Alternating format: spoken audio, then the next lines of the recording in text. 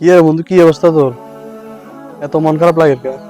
কি অবস্থা আর কি কমু ক, তোরা তো জানোস আর আব্বা সারা জীবন মানুষের বদলে দিয়ে আর এই ডিগ্রি পর্যন্ত কমপ্লিট করেছে। আর যে 3টা বছর এই ফালিয়ে লইয়ে বিভিন্ন জায়গায় করিয়ে সব জায়গায় ইন্টারভিউ দিয়ে ইন্টারভিউর ফলাফল ভালো, কিন্তু গোসলা বলি চাকরি হন না। আজ হতদরিদ্র হওয়ার কারণে গোসল দিতাম হারিয়েন না, চাকরি করতাম হারিয়েন না। আর এখন এই সার্টিফিকেটের কোনো মূল্যই নাই। বর্তমানে শুধু টাকা, টাকা ছাড়া কোনো চাকরি হয় না, টাকা হইলে সার্টিফিকেটও লাগে না।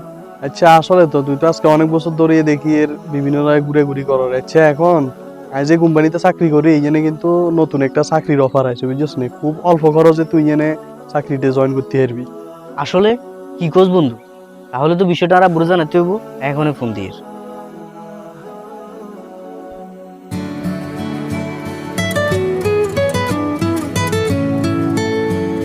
কি কল দিকে?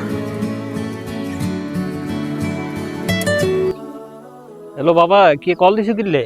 আবু আপনি একটু তাড়াতাড়ি মাদ্রাসা কাটলার তাই আমরা এখানে বসে ওই আর বন্ধু আর কথা আছে না, হাতের কাছে বলে ভালো একটা চাকরির অফার আছে, একটু তাড়াতাড়ি আইয়েন। আচ্ছা হাসানি, আয় আয় আয় রনি আয়। আচ্ছা ঠিক আছে।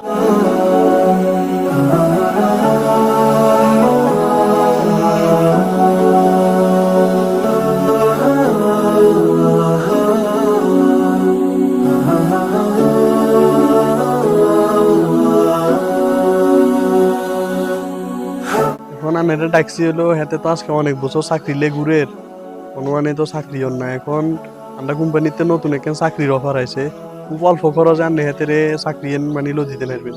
ও আচ্ছা, অল্প খরচ বলতে খরচ আনুমানিক কত যাইতে পারে রে? এ খরচ আর কি আঙ্কেল, বেশি লাগতো না। 3.5 লাখ বা 3 লাখ এর চলেও যাবো। 3 লাখ টাকা? আজ যদি এর বস দিয়ে রে আর হলার চাকরি দিতাম, মানে চাকরি লই দিতাম, তাহলে আজ এই 3 বছর আর সার্টিফিকেট কিনলে আর হলাই মিমিয়া দুমুলো লাগতো না।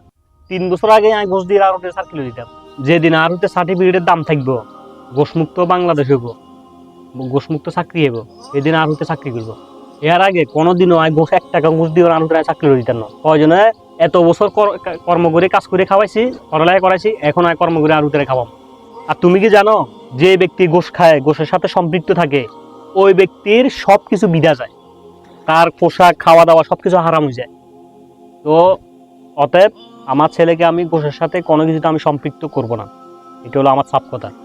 ঠিক আছে, আমাকে ডাকছো, ভালো খুশি লাগছে, তবে ঘোষের কথা শুনে আমি খুব কষ্ট পাইছি। ঠিক আছে, ভালো থাক। আচ্ছা তুই তো আর গোসুর কথা কস না, গোসুর কথা জানলে তো আর বাবার ফোন দিতাম না, আর বাড়ানি চাকরি লাগতো না। আর রিয়াজের মতন হাজারো মেধাবী ও শিক্ষিত সন্তানেরা আজ ঘুষের কাছে হার মেনে বেকার জীবন যাপন করছেন। তাই আসুন ঘুষমুক্ত বাংলাদেশ গড়ি, বেকারত্ব দূর করি।